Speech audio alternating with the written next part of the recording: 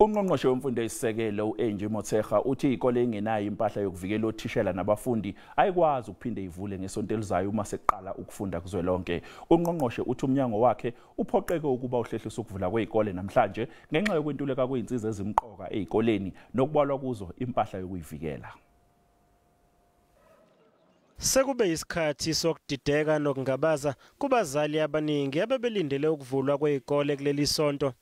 Ngemva kokuhlehlisa isithangami obekufanele sibanjwe izolo, uNgqongqoshe wemfundo eyisisekelo usegcine echazile ukuthi kuzokwenzekani ngesonto elizayo uma abafundi sebephindela ezikoleni. A school not ready or not complying to the health requirements will not reopen. We will be prejudicing the rights of learners in that area when it's not their fault that things are not happening for them. UNgqongqoshe Motshekga uthi ize abazali bengaphoqelekile ukuba bathumele izingane zabo esikoleni, bonke abantwana abaneminyaka evumela ukuthi baye esikoleni kufanele bathole imfundo. The parent who chooses not to send the learner to school is obliged to apply for home education. So if your child doesn't have your underlying comorbidities, will fall under the second category because the head of department or the principal has to give an approval. So you can't keep your child at home to say I'm anxious. Ize bekunokudideka kusukela izolo, abafundi ezikoleni ezimele baphindelile esikoleni namhlanje. Kule izikole ikhona inhlansi yethemba ephelezelwa ukukhathazeka.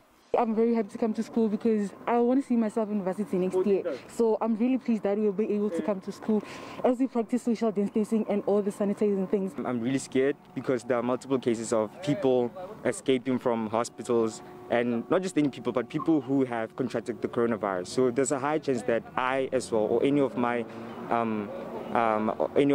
classmates may actually contract the coronavirus from the public transport. Inhlangano yabafundi iCOSAS ithi njengoba izikole ezimele ziqhubeka nohlelo lwazo lokufunda, abafundi ezikoleni zikahulumeni ezingenazo izinsiza bayaphazamiseka. Obviously, schools that are ready to open right now are your private schools because they have funds, they have money to ensure that PPEs are transported on time and to make sure that the disinfecting process takes place on time. But when we look at our public school and also when we look at schools in the rural areas, these processes are being delayed. Also, scholar transport is not ready to work because the drivers have not received the routes that they will be using. They have not received the disinfecting materials as well. Sekuhlehiswe izivinyo zikamatikuletsheni zaphakathi nonyaka obekufanele ibhalwe abafundi abangaphezulu kwe-1,350.